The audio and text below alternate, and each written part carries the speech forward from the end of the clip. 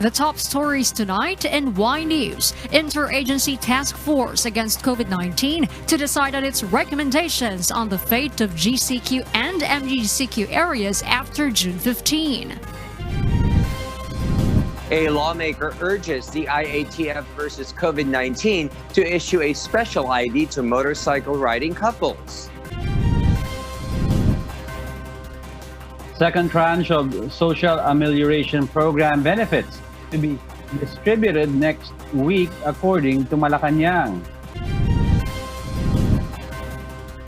Anti-terrorism bill up for President Rodrigo Duterte's signature.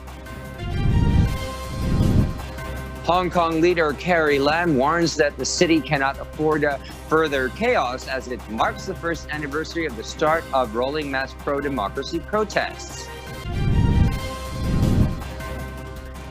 And a glimmer of hope in Cuba. The country surpasses 9 days with zero COVID-19 deaths, doctors say. Good evening, Philippines and the world. Today is Tuesday, June 9, 2020. I am Harleen Delgado. Join us in the next 45 minutes as we deliver today's top stories around the globe. I'm Angelo Castro III. We are also seen in 1,935 satellite monitoring centers nationwide and via live streaming worldwide through the UNTV News and Rescue social media accounts and our website, untvweb.com. I am William Theo.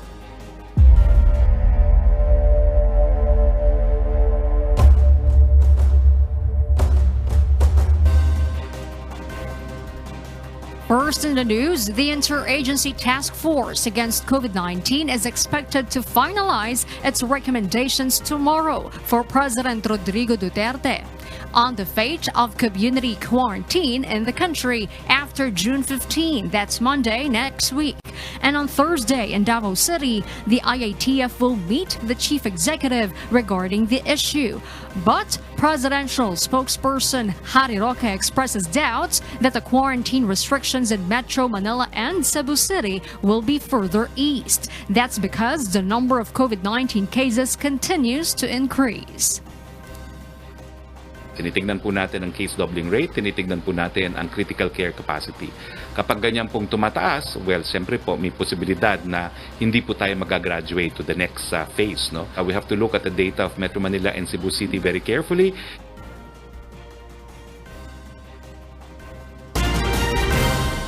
The Interagency Task Force against COVID-19 allows the gathering of people to commemorate the Declaration of Independence Day on June 12 at the Rizal Park in Manila City. But this is limited to not more than 10 people. It is not yet certain if President Rodrigo Duterte will lead the national holiday since he is still in Davao City. Malacanang reiterates, however, it is still prohibited to conduct mass gatherings. This is in relation to a plan dubbed as June 12 Independence Day Mañanita protest to the anti-terror bill. Bagamat nagbigay po ng approval ang IATF para magkaroon ng selebrasyon sa June 12, ito po ay limitado sa 10 tao lamang. And for those who have doubts if they could go outdoors for a walk or to go jogging when in areas under modified general community quarantine, well, the Department of Trade and Industry says you may do so. Here's why from Rosalie Cos. The Department of Trade and Industry announces other industry sectors allowed to operate at 50% capacity in modified general community quarantine areas. However, it also reiterates these industries remain prohibited to reopen in general community quarantine areas. These are the entertainment industries, kid amusement industries, libraries, museums, cultural centers, tourist destinations, travel agencies, tour operators, other personal care services, pet grooming services, internet and computer shops, and other educational support establishments. Though persons 21 years old below are still encouraged to stay home at all times, even in MGCQ areas, they are allowed to do exercises and visit leisure-related establishments. may mga exception po. At isa po sa exception under modified GCQ, ma-allow na po silang to exercise those activities, to do those activities na ina-allow naman po under MGCQ. So, ibig sabihin ay mapapayagan din po sila na mag-exercise sa labas at gawin yung mga sports activities na kailangan nilang gawin or bumisita dun sa mga pwede nang bisitahin. Meanwhile, Malacanang reiterates that horse racing and cockfighting are still prohibited anywhere in the country, whether an area is under general community quarantine or modified general community quarantine. Rosa Licoz, UNTV News and Rescue. We serve the people, we give glory to God. Jago William, we are on board the UNTV radio mobile booth and we are here in San Mateo, Rizal. Let's take a look at the situation on the road. Jago William, so far we can see a lot of vehicles plying this section of General Luna Avenue here in San Mateo, Rizal. Here in northbound lane going to Ampid, Rizal, we are experiencing moderate to at times heavy flow of traffic. Meanwhile, on the other side of the road, the southbound lane going to Marikina, vehicle traffic is also building up before the traffic light. Behind us, Jago and William, vehicles that are turning left are those bound to Batasan Hills in Quezon City. Jago?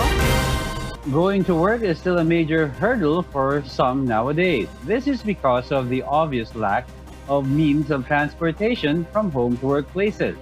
Now, a lawmaker is urging the Interagency Task Force against COVID-19 to allow motorcycle riding couples and family members and exempt them from the motorcycle riding ban.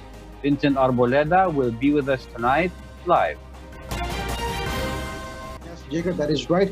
Ang Provinciano Party List Representative Ronnie Ong says he acknowledges that it's cumbersome for police frontliners at checkpoints to check motorcycle riders individually. But for him, the Interagency Task Force against COVID-19 should also consider that there is not enough modes of public transport.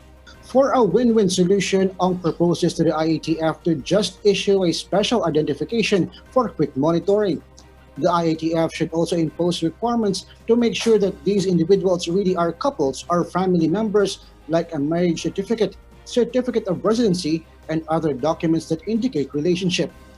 The lawmaker suggests that the IATF tap the Department of Information and Communications Technology to process electronic applications for the issuance of the electronic passes that can be read through a QR app, just like the QR coding system for frontliners to have faster movements at checkpoints. Diego? Yes, Vincent, what about habal-habal or motorcycles used in remote and mountainous areas? Well, Diego, Representative Ong also mentioned that as the only means of transportation in far-flung areas in the country. This is especially true in mountainous areas with underdeveloped road systems and other far-flung municipalities.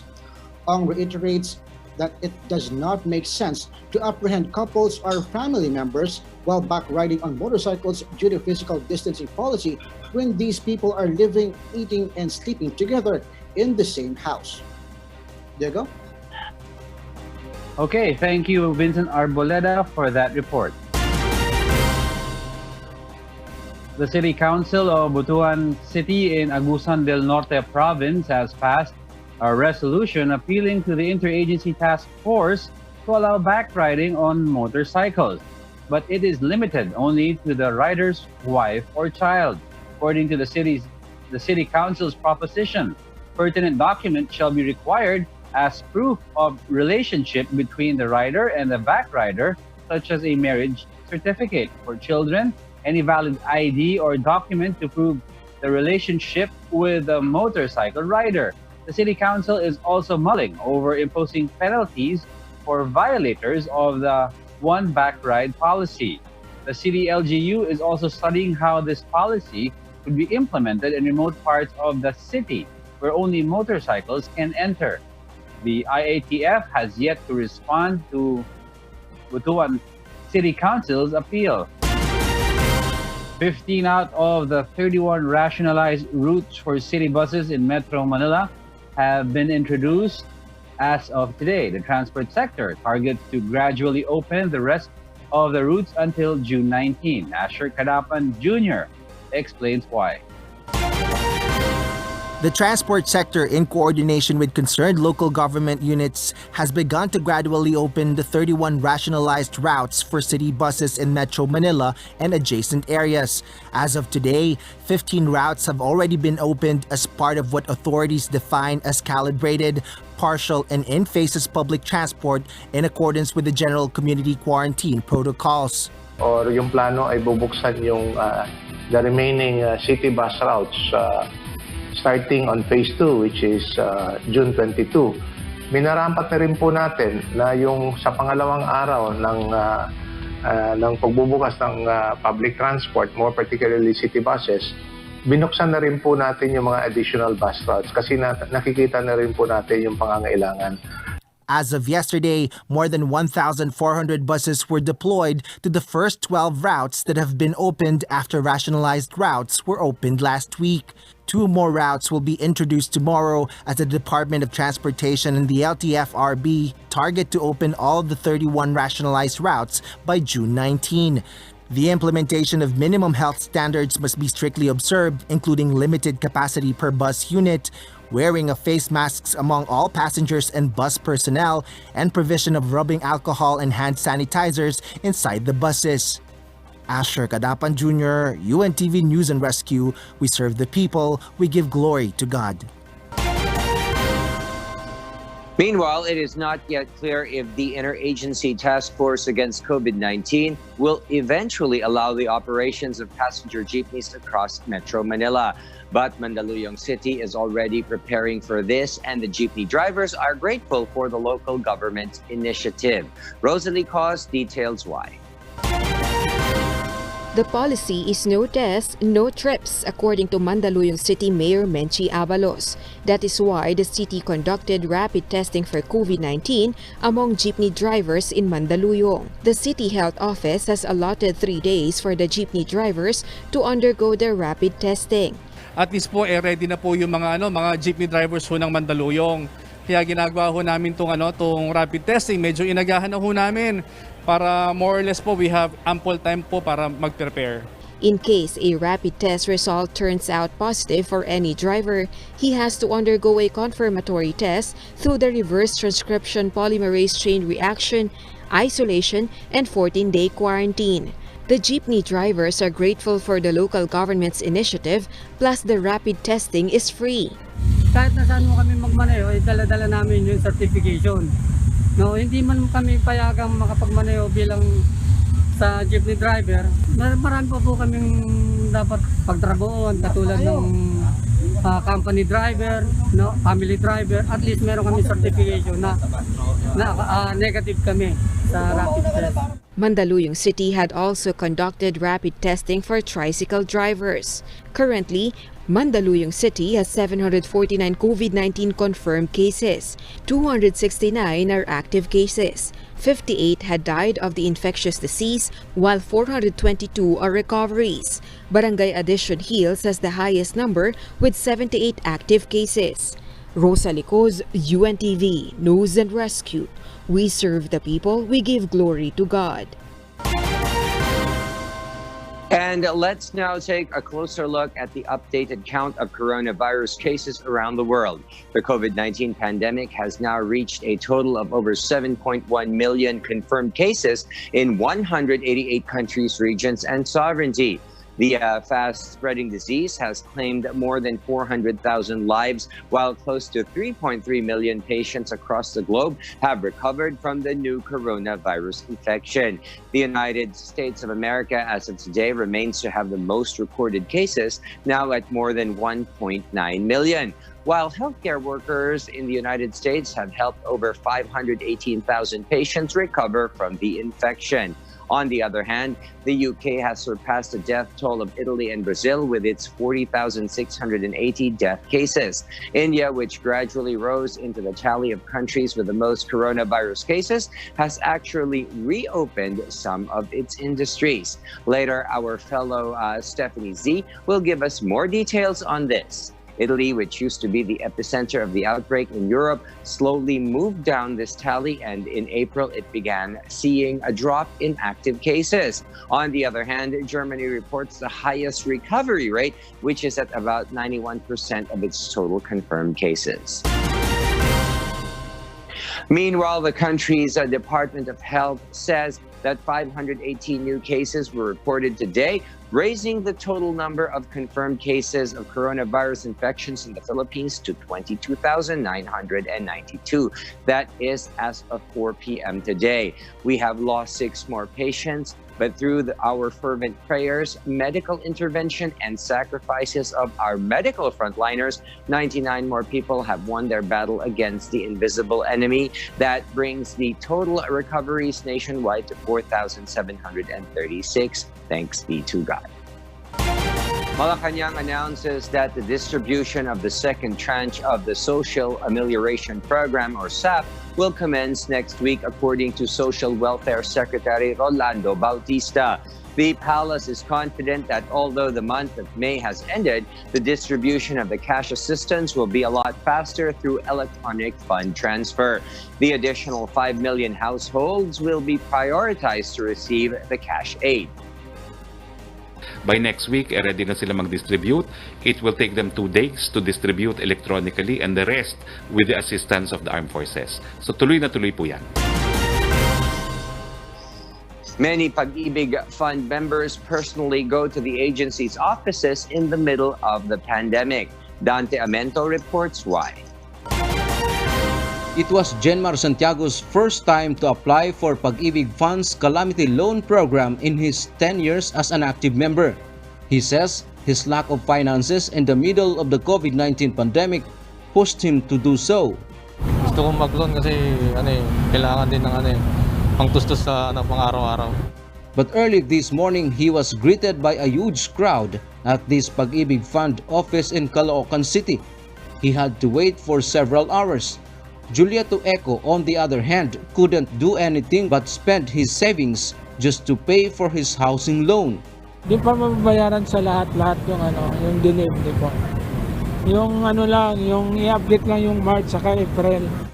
Physical application for Pag-ibig Fund Calamity Loan began on June 1. An applicant must be an active member with at least 24 months of contributions. Just fill out a Calamity Loan Program form and provide a valid ID. A member can borrow a maximum of 80% of his regular savings, payable for 2 years with 5.95% interest rate. Mas mababa po ang interest rate ng ating Calamity Loan. Pinakamababa po ito at 5.95%. At 10.5% naman po sa multipurpose loan. Pag-ibig Fund offices are open on Monday, Tuesday, Thursday, and Friday from 9 a.m. to 4 p.m. For information, visit Pag-ibig's website, pagibigfund.gov.ph. Dante Amento, UNTV, News and Rescue. We serve the people. We give glory to God. Water, electricity taxes, and renewal of licenses and registrations of vehicles. These are just some of the things that the public has to face and meet the deadlines of payments of. Now the concerned agencies and companies have adjusted their last day of payment. Here's a report to remind you of those deadlines from Ray Pelayo. For Maynilad and Manila Water customers, the 2 water concessionaires have extended the payment of bills incurred during the enhanced community quarantine period. Lifeline customers or households who consume 10 cubic meters of water below have until August 31, 2020 to settle their ECQ bills, while non-Lifeline customers or those who use above 10 cubic meters of water have until July 31, 2020 to pay their ECQ bills. On the other hand, Meralco customers will receive 2 billings this month of June. One is for the installment payment plan for ECQ bills, and the other is for the regular or monthly bill. A household that consumes 200 kilowatt-hour of electricity or less can pay their ECQ bills for 6 months starting June 15. On the other hand, those that consume 201 kilowatt-hour and above may pay their ECQ bill for 4 months. Meanwhile, the filing of income tax return is until June 15. That's 6 days from now, and there is no extension. The Bureau of Internal Revenue or BIR has said the government needs funding to finance its COVID-19 response programs. Accumulated rentals during the ECQ period may be paid in installment basis for 6 months based on the guidelines issued by the Department of Trade and Industry. For vehicle licenses and registrations that expired during the ECQ period, you have until August 3 to renew them to avoid penalties. Government and private offices advise the public to use available online services to avoid the spread and being infected by COVID-19. Ray Pelayo, UNTV News and Rescue. We serve the people, we give glory to God. The Department of Education is gathering information on how students can access education in the next school year. Dante Amento is back to explain why. With the enrollment period underway, DepEd continues its survey on students if they have access to internet and the availability of electronic gadgets at home or other media that can be used in accessing learning materials and lessons.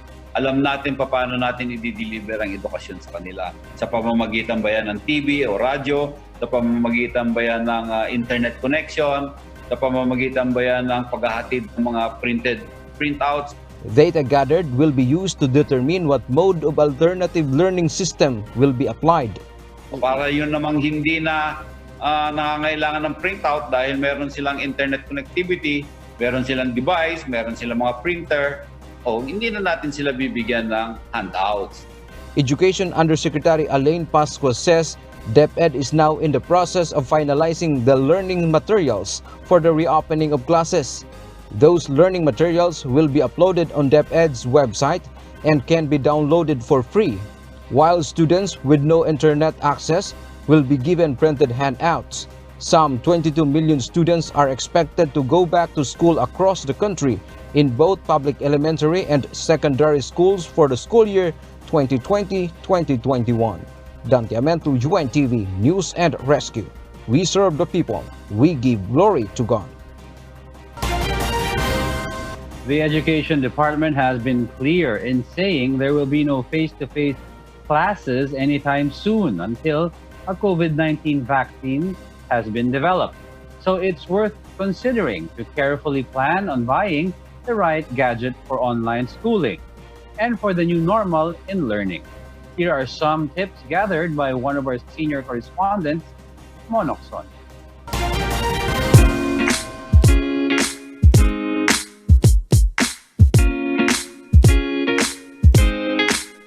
Are you planning to buy a gadget for online schooling?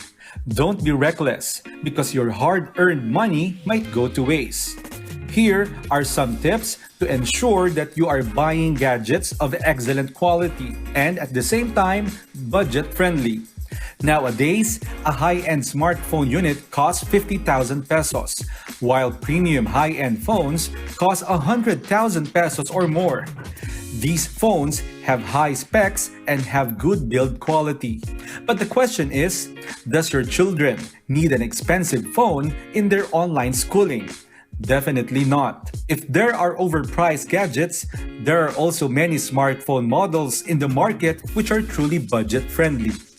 Tablets and desktop computers are fine for online schooling, but are more expensive compared with smartphones. What's good about a smartphone is you can bring it anywhere and can be bought at a comparatively low price. When buying a smartphone, consider the build quality.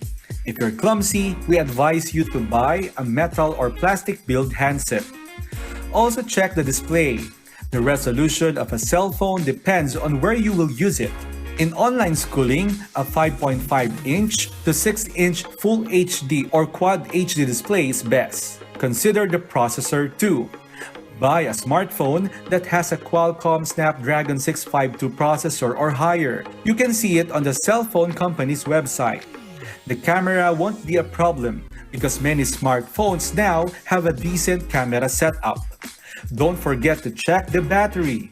Buy a smartphone with 3000 mAh or high battery capacity. Consider the user interface. It must be user-friendly, and the operating system must be fast. There are two operating systems, or OS, in the market worth considering: iOS and Android. Both have good features for different tasks. Examine the phone storage capacity too. There are cell phones with a micro SD card to upgrade memory, more storage, more photos, videos, and applications that can be installed on your smartphone. An audio jack is also worth considering. There are smartphones without an audio jack. It is more enjoyable to study wearing earphones. Besides, Bluetooth earphones are expensive.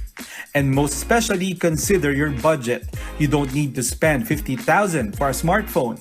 There are good quality phones worth 2,500 pesos up to 10,000 pesos, available in malls near you or even online.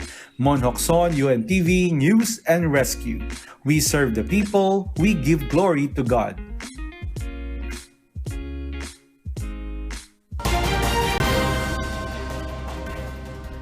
In another news, the palace has confirmed this afternoon that they have received the official copy of the controversial Anti-Terrorism Bill of 2020. This was after Senate President Vicente Soto III revealed that they have submitted the copy of the bill this morning. Soto says he and House Speaker Alan Peter Cayetano signed the enrolled bill yesterday. This was despite the move of some congressmen to withdraw their yes votes for the bill and to recall the proposed measure to the House panel.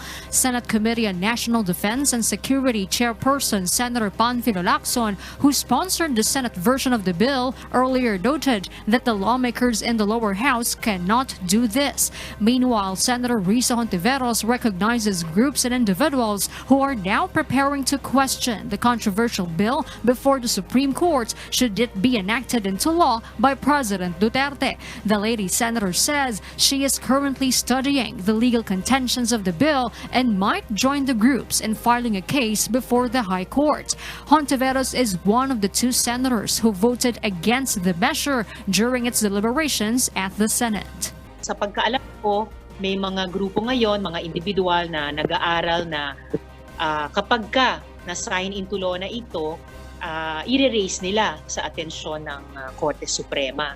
So kung ganun ang mag-materialize na scenario, ay syempre aasa ako at magdarasal na bibigyan ng karampatan at mabigat na timbang ng ating kataas-taasang hukuman yung mga seryosong issue kung kaya't may matinding pangamba ang mga mamamayan ngayon sa anti-terrorism bill. Amid the criticism, Soto says he is confident the president will not veto the measure.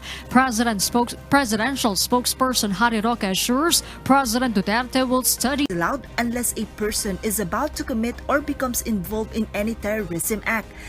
Senator De La Rosa added the 14-day reglementary period sought in the Philippine anti-terror bill is shorter than the period stated in other countries' terror laws. Hindi ka man pwede, no? Hindi ka pwedeng hulihin kung walang warrant of arrest unless nakita ng isang pulis that you are about to commit a crime, you are committing a crime, or you have just committed a crime. Or may personal knowledge ang isang pulis na nag-commit ka ng krimen. The Solon also further explains the anti-terrorism bill does not cover protest actions, advocacy, and any move that will cause harm to the public or any violent acts against the government. He says joining rallies or expressing support to the leftist groups will not be considered as an act of terrorism under this bill. However, persons who will provide any material support to terror groups will be punishable under the proposed law. Very clear yan, ang activism is not terrorism. Nakalagayan dito kahit anong pananaw mo sa buhay.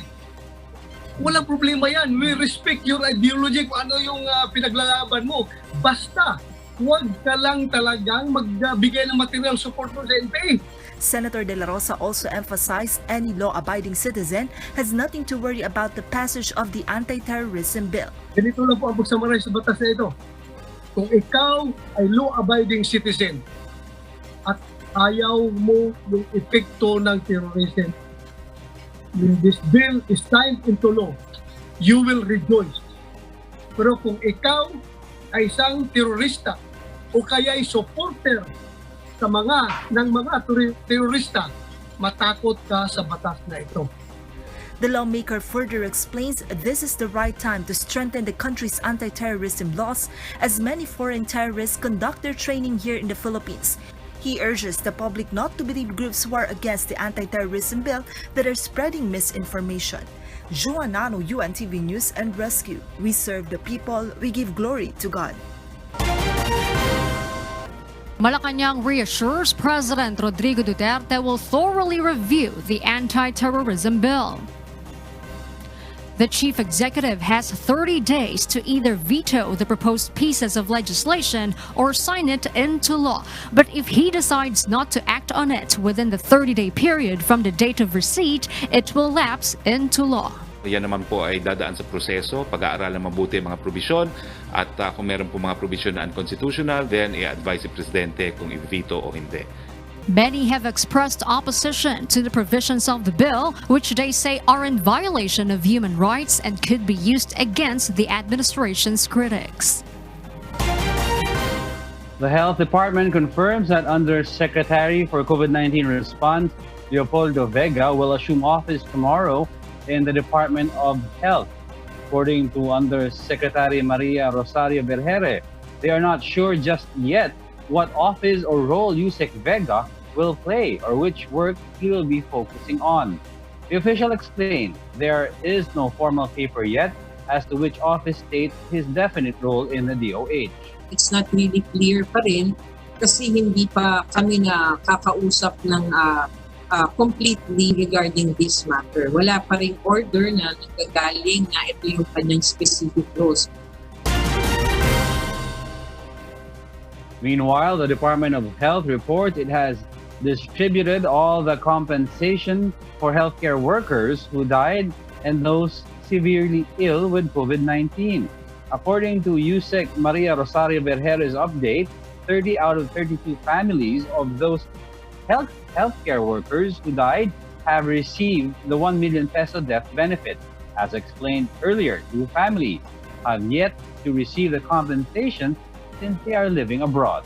The DOH is still coordinating with their relatives here in the Philippines to receive the 1 million peso checks. The DOH has finally validated that only 19 healthcare workers are eligible to receive the 100,000 peso compensation. Based on the medical abstract, only 19 healthcare workers are severely ill with COVID-19 and not 79, 42, nor 24 as previously reported by the Health Department. All the 19 healthcare workers have received their compensation.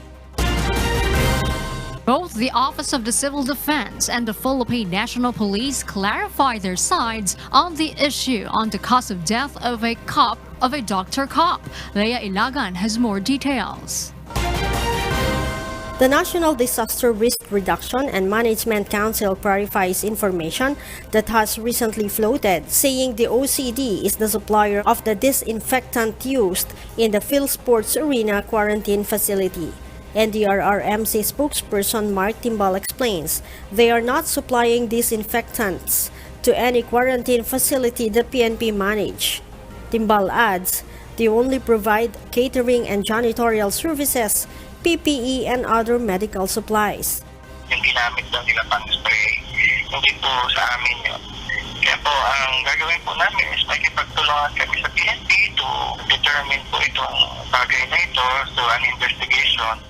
Timbal ensure that he welcomes any investigation to help clarify the cause of the death of Dr. Cassie Gutierrez. We welcome the investigation para po malinawan talaga yung nangyari dyan sa facility po na yan po sa kasamahan nating doctor. Dahil po kung tutusin, wala pong OCD personnel na naka-station dyan sa mga facilities na yan. Wala po talaga kaming involvement. The PNP has issued a statement saying they don't blame the Office of the Civil Defense for the death of one of their doctors in the PNP General Hospital.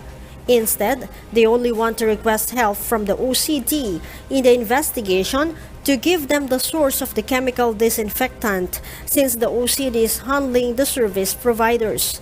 Based on information, Dr. Gutierrez experienced difficulty in breathing after he inhaled concentrated disinfectant while he was undergoing decontamination after attending to COVID-19 positives at the Phil Sports Arena in Pasig City.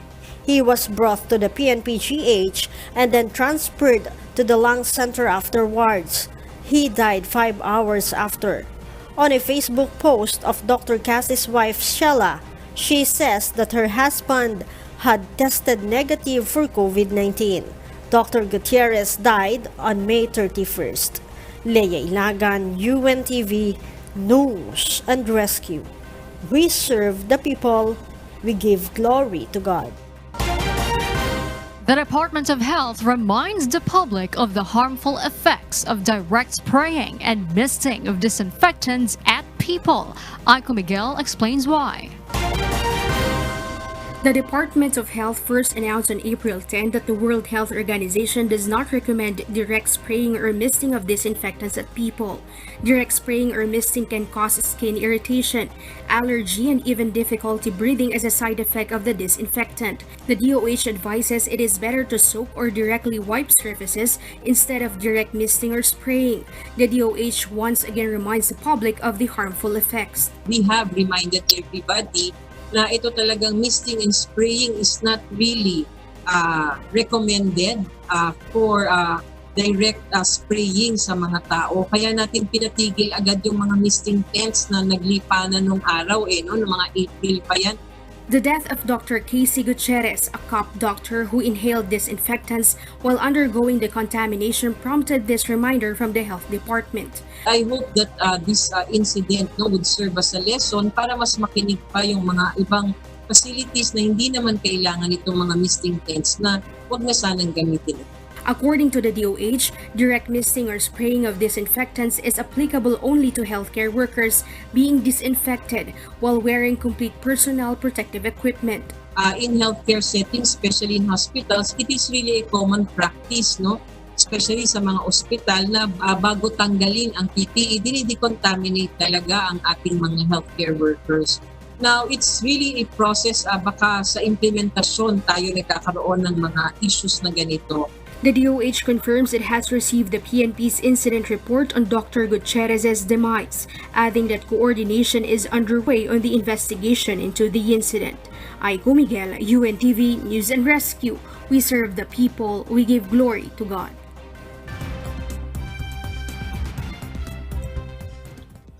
And for the news abroad, here's Stephanie C. live from Hong Kong.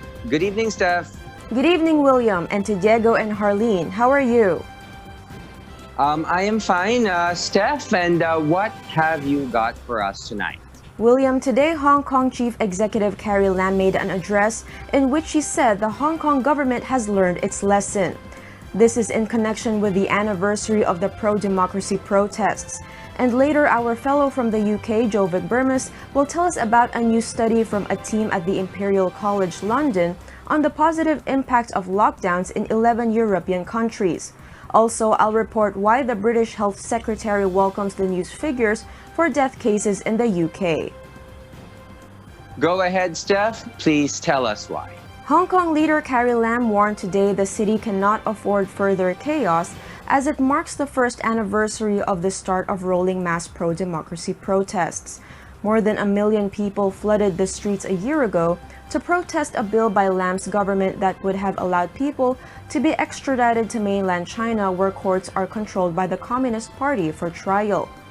Lam later withdrew the bill, but the legislation triggered widespread concern that the central government in Beijing was stifling freedoms in the global financial hub, sparking months of anti-government protests. After a relative lull in protests during the coronavirus pandemic, demonstrators have returned to the streets in recent weeks and more rallies are expected. This past year, everyone has experienced Hong Kong's difficulties, and because of this serious situation, we have more problems to deal with. and it has triggered the work that we are doing now.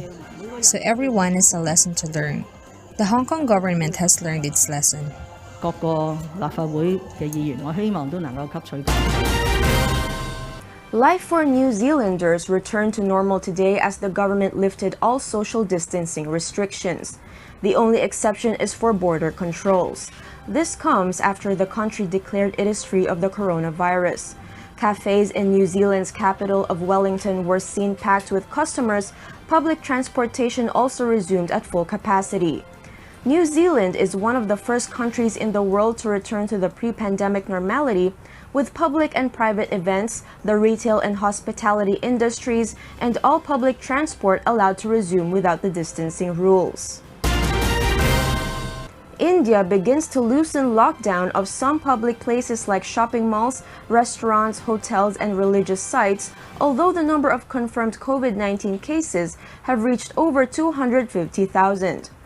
The Indian government still requires customers to wear masks, take temperatures, and register for entering. Safe social distancing is also a must. Open public places must also be regularly disinfected. However, cinemas and recreation areas for children inside shopping malls are not allowed to open. The domestic civil aviation service and railway service restarted on May 25 and June 1 respectively. However, it is still unsure for India to resume the international flights. In some worst-hit areas and communities, the lockdown will last until June 30. Besides, it is estimated that the time for students to return to school may be confirmed in July. Lockdowns have saved more than 3 million lives from the new coronavirus disease in Europe, a study estimates. Jovic Burmas gives the details why. A team at Imperial College London say the death toll in European countries would have been huge without lockdowns. They warned, however, that only a small proportion of people had been infected and the continent is still only at the beginning of the pandemic.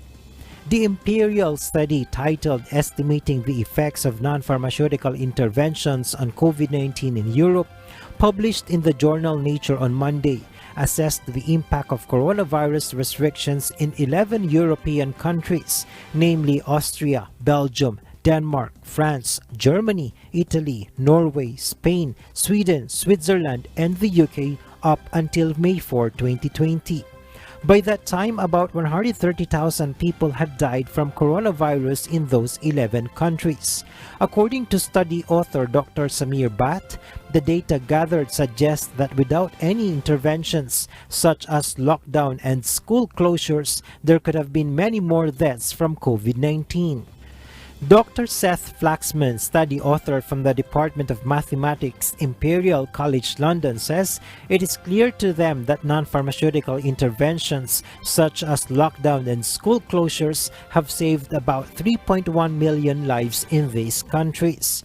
The team also assumed nobody would have changed their behavior in response to the COVID threat without a lockdown, and that hospitals would not be overwhelmed, resulting in a surge in deaths, which nearly happened in some countries.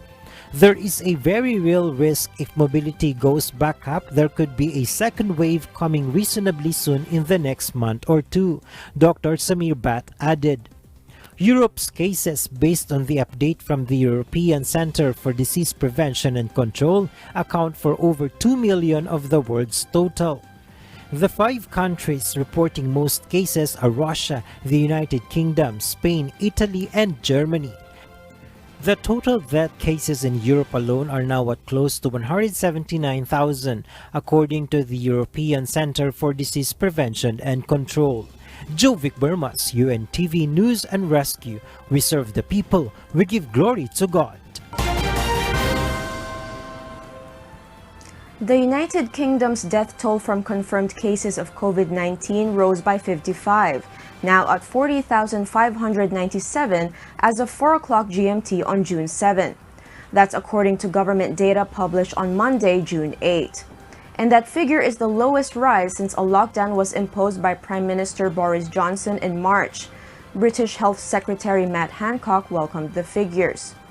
The last time such a low daily increase was reported was on March 22, when the toll rose by 35 and then Prime Minister Johnson imposed a stringent lockdown on the United Kingdom the next day. Here's what Health Secretary Hancock said before the Parliament. The number of new fatalities each day is thankfully falling too. They also show that there were no deaths recorded in London hospitals, which is a real milestone for the capital, which of course, and yesterday we saw no recorded deaths in Scotland, which is very positive news for us all.